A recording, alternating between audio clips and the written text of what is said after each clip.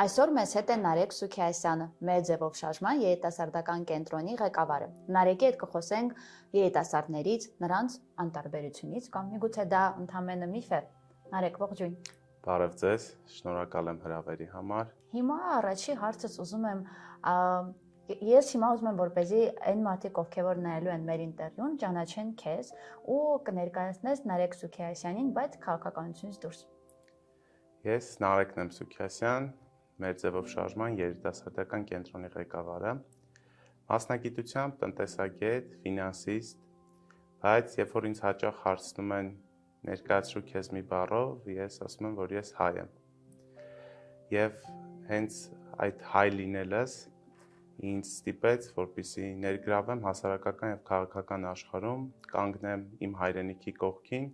քանի որ ես չեմ կարող անտարբեր լինել իմ հայրենիքում կատարվող այս իրավիճակների հանդեպ։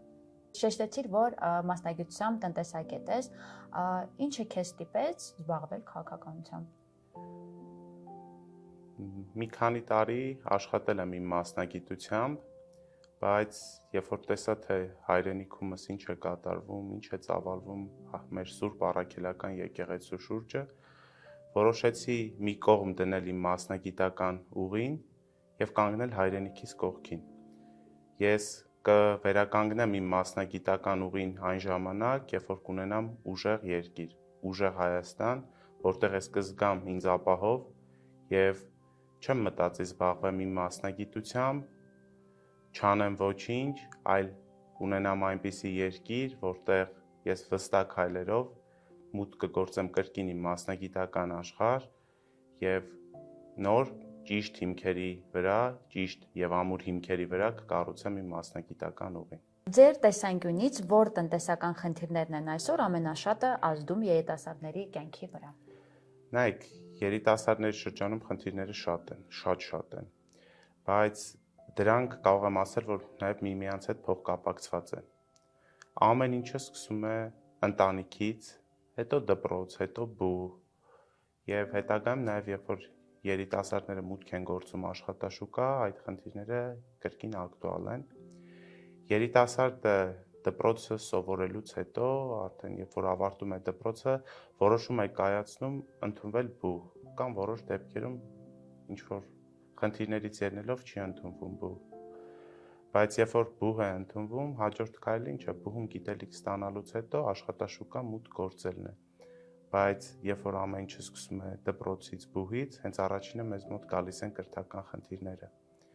Ներկայիս իրավիճակում մեր երկրում կան այդ խնդիրները, սկսած առարկաներից, որոնց ծրագրերը փոփոխվել են, սկսած որակից, կրթության որակից, որոշ դեպքերում նախընտրում են դուրս գալ երկրից, երկրի սահմաններից դուրս ստանալ իրենց ուսումը։ Բայց մենք պետք է ունենանք այնպիսի կրթական համակարգ, ապահովենք այնպիսի կրթություն, որ մեր երիտասարդները ստանան ճիշտ եւ բավարար գիտելիքներ, որպեսզի չլքեն երկիրը կրթություն ստանալու նպատակով։ Իսկ հաճախ այն երիտասարդը, ով լքում է երկիրը կրթություն ստանալու նպատակով, հաճախ չի վերադառնում։ Իսկ հետո արդեն աշխատաշուկայի խնդիրն է, որտեղ երիտասարդը չի գտնում իր ուրույն տեղը աշխատաշուկայում, քանի որ չունի արժանապատիվ վարձատրություն եւ շատ հաճախ իրեն ղեկավար նշանակվում է մեկը, ով չի համապատասխանում այդ հաստիքին։ Երիտասարդի մոտ այդ պարագայում առաջանում է հիասթափություն եւ նա լքում է երկիրը, քանի որ այլտեղ ինքը ավելի գնահատված կզգա իրեն։ 300,000 նոր աշխատատեղ։ Ինչքանով է դա իրատեսական, կարող ես մեկնաբանել որպես ուղղակի Նարեկ, երիտասարդ Նարեկը։ Նայեք, սկսեմ նրանից, որ ես իմ մասնագիտական ուղին կառուցել եմ Տաշիր ընկերությունների խմբի հետ։ Ինձ հնարավորություն է տվել աշխատաշուկայի մասնագիտությամբ մուտք գործելու Տաշիր ընկերությունների խումբը։ Երբ ես աշխատանք էի փնտրում իմ մասնագիտությամբ, շատ դժվարությունների եմ բախվել։ Փորձ ունեիր։ Փորձ մասնագիտական որպես այդպեսին չունեի, բայց ինձ տրվեց հնարավորություն ձեռք բերելու այդ փորձը։ Եվ երբ որ ինձ հաճախ ասում են, արդյոք իրատեսական է այդ խմբի, Տաշիր ընկերությունների խմբի կողմից, մեր նոր ձևավորված քաղաքական ուժի կողմից ստեղծել 300,000 նոր աշխատատեղեր, ես կարող եմ ասել, որ իրատեսական է։ Մարդուն պետք է նայել իր անցած ճանապարհով։ Սամվել Կարապետյանը ստեղծել է Հայաստանում շատ աշխատատեղեր, տարբեր քաղաքներում, ապահովելով մարդկանց եւ տեղի բնակիչների համար մշտական զբաղվածություն։ Եվ այո, ես համոզված եմ, որ դա իրատեսական է եւ 300,000 աշխատատեղերը, որոնք որ մեզ խոստացված են եւ խոստանում ենք հենց մենք մեր շարժումը, մեր քաղաքական ուժը, դա իրատեսական է եւ մոտ ապագայում լինելու է։ Մի քիչ խոսել ենք արդեն անտարբերությունից, բայց փորձենք հասկանալ արդյոք անտարբերությունը իրոք կա երիտասարդների շրջանակում ու այսպեսի հարց ունեմ, հաճախ ասում են, որ երիտասարդները անտարբեր են, քո ամենօրյա շփումներից ելնելով կարծրատիպ է, թե իրական խնդիր։ Երբ որ ես թողեցի մասնագիտական ուղին եւ որոշում կայացրեցի, որ ինձ պետք է տեսնեմ մեր ձևով շարժման շարքերում, որպես երիտասարդ, ես որպես մեր ձևով շարժման մեջ սկզբնական շրջանում զբաղվել եմ տարբեր գործունեությամբ, հանդիպել եմ քաղաքացիների հետ, իրականացրել ենք մարզային այցեր, հանդիպելով մարզերի բնակիչների հետ, սակայն երբ արդեն ինձ շատ էին ասում, որ երիտասարդների շրջանում անտարբերություն կա, ինձ մոտ գաղափար ծնվեց ստեղծելու երիտասարդական կենտրոնը եւ փորձելով կոտրել այդ կարծրատիպը, որ մենք երիտասարդներս անտարբեր չենք եւ այդ անտարբերությունը ոչ թե երիտասարդները անտարբեր են, այլ երիտասարդներին տարել են այդ անտարբերությունը։ Դա եղել է 7 տարի, 8 տարի, դա էական չէ։ Երիտասարդներին փորձել են հետ մղել հայրենիքի հանդեպ իրենց սիրուց։ Եվ երիտասարդները կարող եմ ասել, որ անտարբեր չեն։ Մեր շուրջ, մեր շարժման շուրջ, երիտասարդական կենտրոնի երիտասարդները, ովքեր որ մեզ մոտ են, իրենք պատասխանատու են, իրենք հայրենասեր են եւ անտարբեր չեն։ Եվ իրենք փորձում են իրենց քայլերով, իրենց փոքր ներդրումը, իրենց փոքր ավանդը ներդնելով, ապացուցել, որ իրենք անտարբեր չեն։ Որ հարցերն են այսօր ամենաշատը հուզում երիտասարդներին՝ կրթությունը, աշխատանքը, անվտանգությունը, թե ապագայի անորոշությունը։ Նայեք, երբ որ հենց սկզբում ես նշեցի երիտասարդների խնդիրները,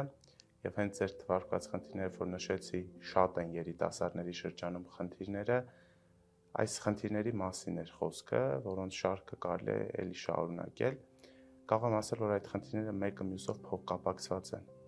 բայց առաջին հերթին պետք է ունենաս ուժեղ երկիր, պետք է ունենաս ուժեղ Հայաստան, որ մնացածը կառուցես։ Եթե չունենաս երկիր, չունենաս հող, մայր հող, որտեղ դու քեզ ամուր ես զգում, դու այդտեղ չես կարող կառուցել կրթություն, աշխատանք, պետք է ունենաս ուժեղ երկիր, որտեղ վստահ եւ ամուր քայլերով այդ մնացածը կկառուցես ճիշտ հիմքերի վրա։ Կարող ես պատմել բացահայտիր Հայաստանի արշավների մասին եւ ինչպես են դրանք անդրադառնում երիտասարդների վրա, երբ նրանք իրականում զգում են, որ հայրենիքի սահմաններին մոտ են։ Նայեք, հենց սկզբից, երբ որ երիտասարդական կենտրոնը ձևավորեցինք, ինձ մոտ մտածում էի, անդադ նոր ծրագրեր էի փնտրում երիտասարդներին, թեկուզ հետաքրքրող, բայց այդ ծրագիրը պետք է լիներ ճանաչողական, որպեսզի երիտասարդը ճանաչեր իր հայրենիքը։ Եվ հենց ինձ մոտ գաղափար ծագեց ստեղծել բացահայտիր Հայաստանի արշավների ծրագիրը երիտասարդական կենտրոնի շրջաններում, որտեղ մենք այցելում էինք տարբեր մարզեր, եկեղեցիներ, վանքեր, եւ ինչն էր դրա նպատակը։ Երիտասարդը պետք է տեսներ իր հայրենիքի ամեն անկյունը, տեսներ իր մշակութային ժառանգությունները, որոնք որ մեզ հասել են դարեր շարունակ, մեր վանքերը, մեր եկեղեցիները։ Եվ ամենակարևորը երիտասարդները պետք է հասկանան, որ հայրենիքը դա քարտեզը չէ։ Հայրենիքը ունի սահմաններ, հայրենիքը պետք է բացահայտել, հայրենիքի ամեն անկյուն, ամեն արժեք հարկավոր է բացահայտել։ Իսկ եթե դու հայրենիքին նայես որպես քարտեզ, դու չես ճանաչի եւ չես սիրի քո հայրենիքը։ Իսկ դրա միջոցով, այդ արշավների միջոցով երիտասարդները ավելի են բացահայտել, ավելի են սիրել իրենց հայրենիքը։ Մեր արշավների հիմնական նպատակը դա է՝ ճանաչել եւ սիրել հայրենիքը։ Քանի որ ինչ-ինչ պատճառներով մեր երիտասարդները հաճախ թեկուզ ընտանիքներում ինչ-ինչ պատճառներով չեն կարողացել իրենց երեխաներին ապահովել եւ տանել մեր մշակութային վանքերը, մեր մշակութային կոթողները, սակայն մենք այդ հնարավորությունը տալիս ենք երիտասարդներին, մեզ հետ միասին բացահայտելու հայրենիքը։ Երբ որ երիտասարդը ճանաչի իր հայրենիքը, նա կսիրի, կփորձի պաշտպանել իր հայրենիքը եւ արդեն վստահ պատասխանատվություն կկրի ցանկացած քայլում իր հայրենիքի հանդեպ։ Նարեկ, եթե հիմա քո դիմաց կանգնած լինի մի երիտասարդ, ով որ ասի ես քաղաքականությամբ չեմ զբաղվում, մի խառնեք ինձ, ինչ կասեիր այդ երիտասարդին։ Եթե սիրում ես քո հայրենիքը եւ տեսնում ես ինչ է կատարվում քո հայրենիքի շուրջը, դու չես կարող ասել ես չեմ զբաղվում քաղաքականությամբ։ Երբ երիտասարդը գնահատում է իր հայրենիքը, իր արժեքները, չես կարող ասել չեմ զբաղվում քաղաքականությամբ։ Երիտասարդը պետք է հստակ ձևավորի իր ցանկությունները։ Երիտասարդը պետք է լինի պատասխանատու եւ ինքը պետք է որոշի զբաղվի քաղաքականությամբ ճակերտավոր, որը ուղղված է իր հայրենիքի պաշտպանությանը, թե ձևացնի, որ ամեն ինչ լավ է, ամեն ինչ նորմալ է, ապրենք մեր առօրյա հոգսերով եւ սպասենք անակնկալների, թե ինչ տեղի կունենա մեր հայրենիքի հետ։ Իսկ հաճախ երիտասարդները քաղաքականությամբ չզբաղվելը նաեւ կապում են նրա հետ, որ չեն մասնակցում ընտրությունների։ Երիտասարդը չի մասնակցում ընտրությունների, ասելով, որ իմ մեկ ձայնը ոչինչ չի փոխի։ Բայց մեր երիտասարդական կենտրոնում հավաքված երիտասարդները կարող են, եթե ես էլ չասեմ, նրանց կարող եք հարցնել, նրանք ասեն, որ մեկ ձայնը որոշիչ է։ Իսկ երբ որ մեկ ձայնի շուրջ հավաքվում են շատ ձայներ, մի քանի ձայնը առավել եւս որոշիչ է։ Ես բարձրացրեցի իմ ձայնը, համախմբելով, միավորելով երիտասարդների։ Իսկ այսօր իմ շուրջը հավաքված երիտասարդների թիվը գերազանցում է 600-ը։ Ստեղծեցինք համայնք, իսկ միշտ համայնքի ձայնը ավելի լսելի է եւ ավելի շատ է։ Այսինքն մեկ ձայնով դու կարող ես քո շուրջը համախմբել մարդկանց եւ այդ մեկ ձայնը կդառնա մի քանի ձայն։ Եվ դուք կարող եք որոշիչ դեր ունենալ մեր ապագայի, մեր հայրենիքի արժանապատիվ կառուցման գործում։ Մի նախադասությամբ կարող ես ասել ինչպիսի Հայաստան կունենանք, եթե փոփոխություններ լինեն մեր ձևով եւ ժողովրդի հատկապես երիտասարդների դերը այդ փոփոխություններում։ Երիտասարդների դերը ցանկացած բնակավարում շատ կարևոր է, քանի որ մեր հասարակության շարժիչ ուժը հենց երիտասարդներն են։ Եվ երիտասարդներն են կառուցում ապագան։ Լավ, այս երկրի ապագան երիտասարդներն է, դա ամեն մեկը պետք է հստակ հասկանա։ Մենք աշխատանք կարող ենք գտնել։ Ցանկացած բան մենք կարող ենք գտնել, բայց հայրենիքը պետք է պաշտպանել։ Հայրենիք պետք է ունենալ։ Երբ որ խոսվեց հենց մեր ձևով շարժման շրջանակներում, ինչ ենք մենք առաջարկում երիտասարդներին, որը իրենց կմիտի նրան, որ նրանք փորձեն ավելի ներգրաված լինել հասարակական եւ քաղաքական կյանքին, քանի որ մեր ձևով շարժումը իրականացնում է ազգայնանվեր աշխատանք։ Առանձնացնեմ հենց մեր քայլերից խոսենք, երբ որ նշեցիք 300,000 նոր աշխատատեղ, այդ 300,000 նոր աշխատատեղը կրկին երիտասարդի եւ մեր հայրենակիցների համար է։ Զրո հարկ փոքր բիզնեսի համար դա կրկին երիտասարդի համար է։ 20% էժան դեղորայք, երբ որ մենք առաջարկում ենք, դա դեռևս վերցրած է ամենամինիմալ տոկոսադրույքը, այսինքն դա կարող է լինել ավելի շատ, բայց վերցրել ենք այն շեմը, որը որ սկզբնական շրջանում կապահովի։ Դա երիտասարդի տատիկ պապիկի համար է։ Բերքի երաշխավորված մթերումը գյուղերում դա մեր գյուղաբնակ հայրենակիցների, մեր երիտասարդների համար է։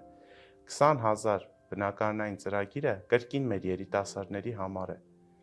Եվ երիտասարդը պետք է գիտակցի, կանգնի առաջին հերթին իր հայրենիքի կողքին, այսինքն մարդ չվախենա կորցնելու աշխատանք կկորցնեմ, սա կկորցնեմ։ Պետք է կանգնի հստակ ազգայնանվեր աշխատանքի, ազգայնանվեր գործի կողքին, որպեսզի հետո այդ բոլորը կառուցի։ Եվ հենց սա է առաջարկում մեր ձևով շարժումը, հենց սա ենք առաջարկում մենք մեր երիտասարդներին ապագան ճիշտ կառուցելու համար։